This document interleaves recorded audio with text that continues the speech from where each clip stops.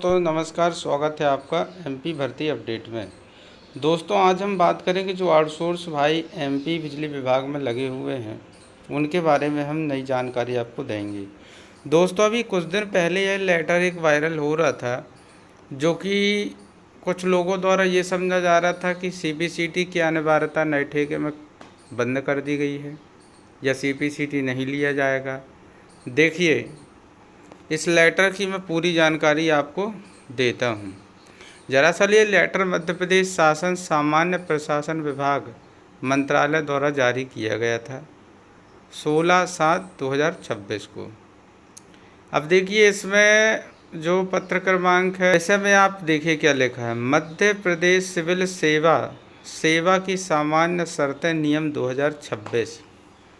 अब संदर्भ में मैंने लिखा है, सार्वजनिक सूचना से प्राप्त संशोधन विचार पत्र इस विभाग की सार्वजनिक सूचना दिनांक 4/6/2026।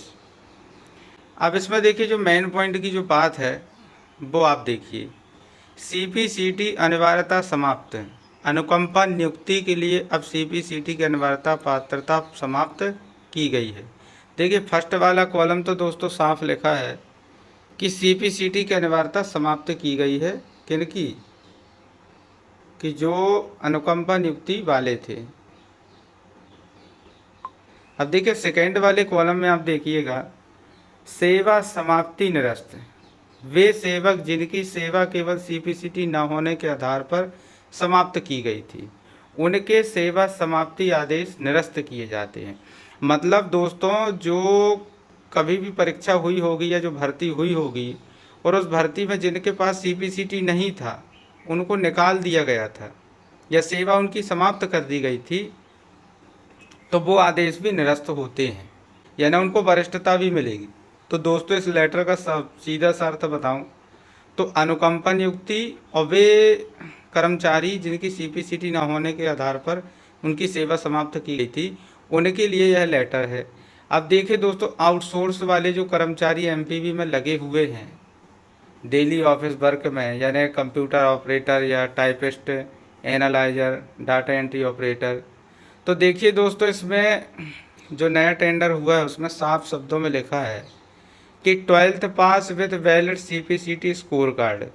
वैलिड सीपीसीटी स्कोर कार्ड आज पर प्रिविलिंग जीएडी गो एमपी सर्कुलर गाइडलाइन, यानी शासन का जो आदेश या दिशा निर्देश प्राप्त हुआ था उस आधार पर वैलिड सीपीसीटी मांगा जा रहा है।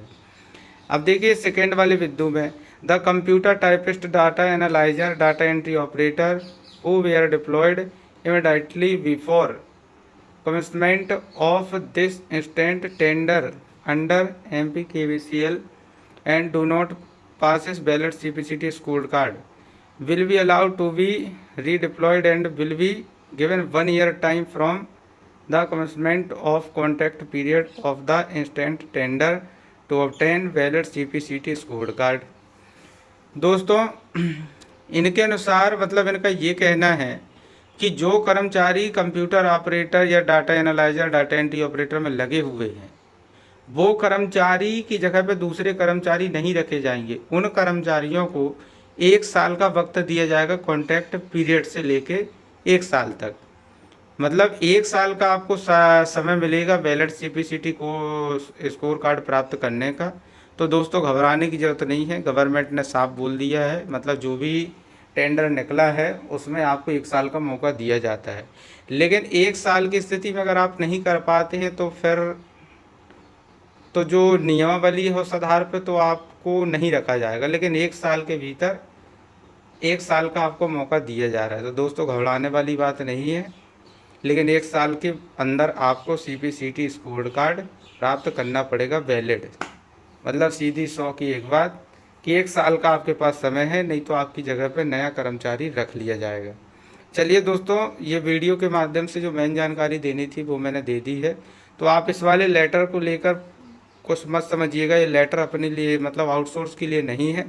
ये लेटर है केवल और केवल जो सरकारी कर्मचारी हैं या थे या जिनको सेवा से समाप्त कर दिए गए थे सीपीसीटी न होने के कारण, या अनुकंपा नियुक्ति वाले सीपीसीटी नहीं है, तो उनके लिए आदेश है।